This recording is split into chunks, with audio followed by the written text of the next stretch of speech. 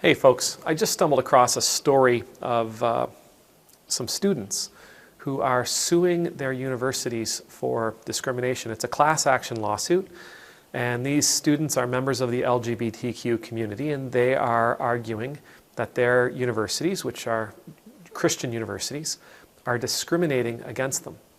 And that because those universities are, at least in some way, funded by the federal government, they must adhere to the laws of the federal government, which prohibit such forms of discrimination. Great article. I'll include a link to it in the description.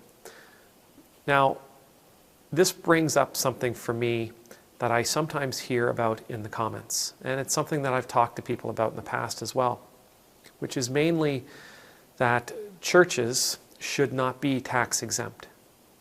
I completely agree. I completely agree with you.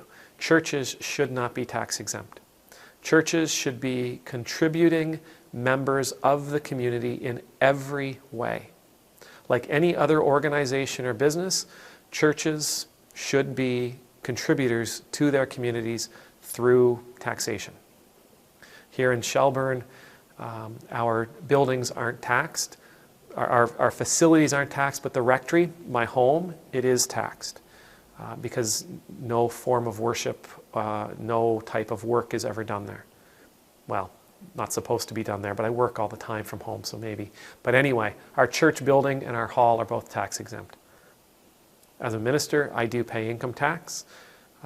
As a charitable organization, which is what we are listed as in Canada, we do pay sales tax, and we do get some of that sales tax back when we send in our remittance. I think it's quarterly. The bottom line, though, is that we should adhere to all the same principles and policies that are in place for any other organization of our sort. Not necessarily for the reasons you may believe. See, these schools, they got in trouble because they took federal money. And then they tried to impose their rules and their policies and their principles, despite the fact that some of those rules, policies, and principles are in violation of federal law. If they truly wanted to enforce those policies, they should never have accepted money from the government. They should have never accepted money from the state. They should have maintained their distance from the state. But because they didn't, this is where they find themselves. I believe the church needs its distance from the state. Now, I've written grants, and I receive grants all the time from the province, from the county, from the town, from the federal government here. But those projects are always for community stuff. Never, ever, ever do we ever get asked for money for the operation of our organization. We don't ever ask for money for the operation of our organization.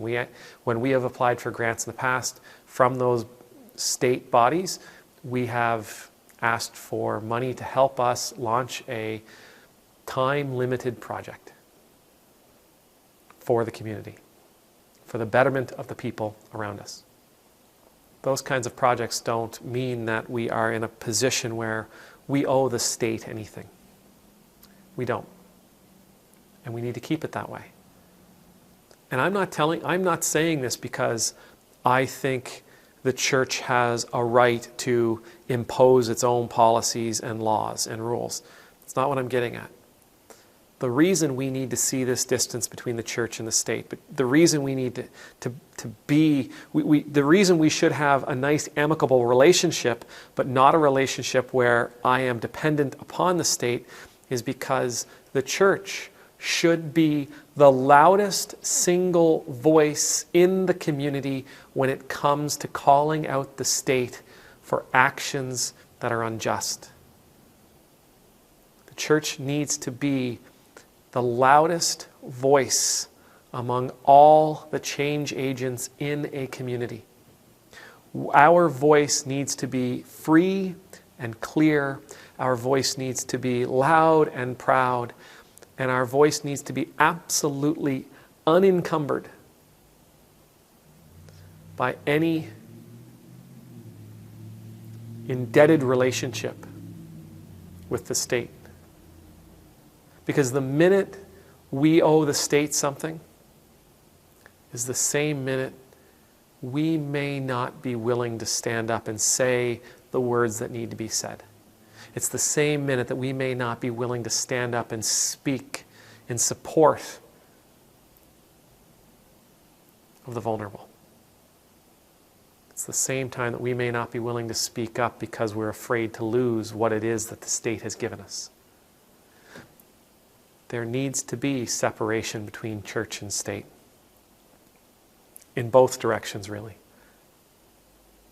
But especially for the church today, that distance, that separation is there so that we can make sure that our voice is true and honest and powerful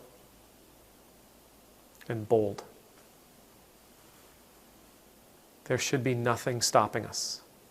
There should be no perception that something is stopping us. There should be no possibility that something is stopping us from being the voice of truth when the state acts in ways that they shouldn't be acting. May the Lord bless you. May the Lord keep you. May the Lord's face be made to shine upon you and be gracious to you. May the Lord's countenance be lifted up to you. May you always know the peace of being in the Lord's presence. And I pray that as we go forward together as church, we will be beholden to no one. That we will be willing to speak up loudly, proudly, powerfully, without fear that we'll lose something. Amen.